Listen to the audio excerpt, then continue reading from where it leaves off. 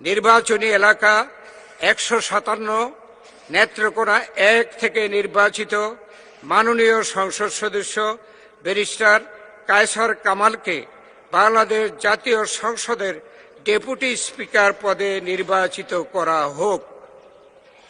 যারা এই প্রস্তাবের পক্ষে আছেন তারা হ্যাঁ বলুন।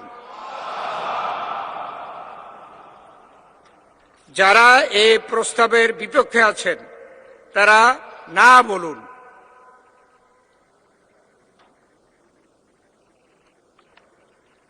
আমার মনে হয় হ্যাঁ জয়যুক্ত হয়েছে, হ্যাঁ জয়যুক্ত হয়েছে, হ্যাঁ জয়যুক্ত হয়েছে।